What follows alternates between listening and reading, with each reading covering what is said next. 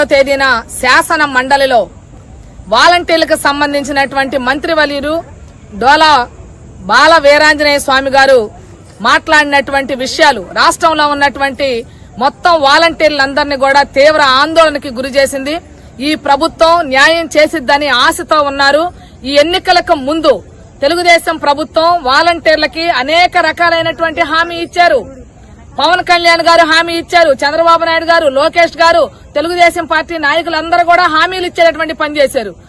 జగన్మోహన్ రెడ్డి గారు మీకు 5,000 ఇచ్చారు, మేము అధికారంలోకి వస్తే 10,000 ఇస్తామని చెప్పారు. మీ మీద మిమ్మల్ని బలవంతంగా ఎవరైతే రాజీనామాలు చేయించారో వాళ్ళ మీద మీరు కేసులు పెట్టండి, వాళ్ళందరినీ మేము జైలుకు పంపిస్తామనే పద్ధతిలో చెప్పారు. పవన్ కళ్యాణ్ గారు అనేక మీడియాలో వచ్చినటువంటి ఎన్ని ఉన్నాయి. పవన్ కళ్యాణ్ గారు మాట్లాడారు, మీకు 5,000 ఇస్తున్నారమ్మా, 1,00,000 మంది దాకా మహిళలు పనిచేస్తున్నారనేటటువంటి సమాచారం నాకుంది. కాబట్టి మా ప్రభుత్వం వచ్చాక నేను మీకు 10,000 రూపాయలు ఇస్తామనే పద్ధతిలో మాట్లాడారు. ఏమైనా ఇచ్చిన హామీలన్నీ అని అడుగుతా ఉన్నాం. ఇన్ని నెలలుగా మీరు వాళ్ళకి పని చెప్పకుండా, పని చేయించకుండా, ఏ రకమైనటువంటి చేయకుండా ఎక్కడుంది వ్యవస్థ అని అడుగుతా ఉన్నాం. వాస్తవమే, జగన్మోహన్ రెడ్డి గారు గత సంవత్సరం ఆగస్టు నెలలో రెన్యువల్ చేయాలి, ఆయన రెన్యువల్ చేయలేదు. రెన్యువల్ చేయకుండా పని చేయించుకున్నారు, జీతం ఇచ్చారు. ఓకే, ఆయన తప్పు చేశారు, మీరు కూడా అదే తప్పు చేయాలనుకుంటున్నారా? పుట్టనే బిడ్డకే పేరెట్ట పెట్టాలని అడుగుతా ఉన్నారు. బిడ్డ పుట్టలేదని ఇప్పుడు తెలిసిందని అడుగుతా ఉన్నాం. మీకు ఎన్నికలకు ముందు తెలియలేదు, అప్పుడున్న బిడ్డ ఇప్పుడు చచ్చిపోయాడా అని అడుగుతా ఉన్నాం. వాలంటీర్లకు సంబంధించి 1,00,000 మంది రిజైన్ చేస్తే 1,50,000 మంది రిజైన్ చేయలేదు. ఎందుకు చేయలేదు?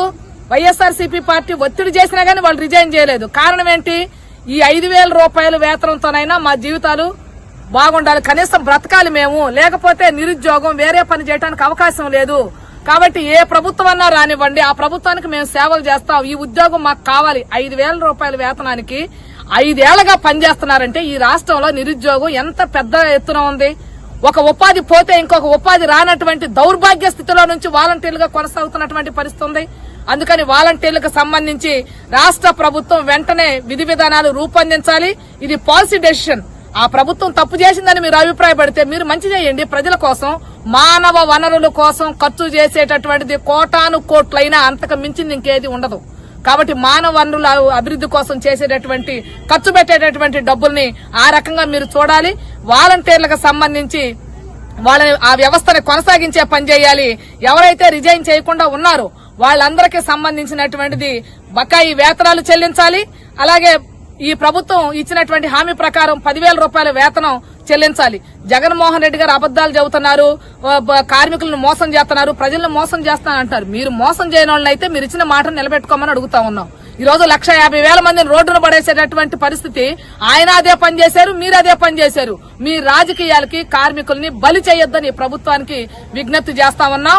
పరిష్కారం అయ్యే వరకు కూడా దశల వారీగా పోరాటం చేస్తామని కూడా ప్రభుత్వానికి హెచ్చరిక చేస్తా ఉన్నాం. Welcome to your YouTube channel. Don't forget to like, subscribe and share the videos.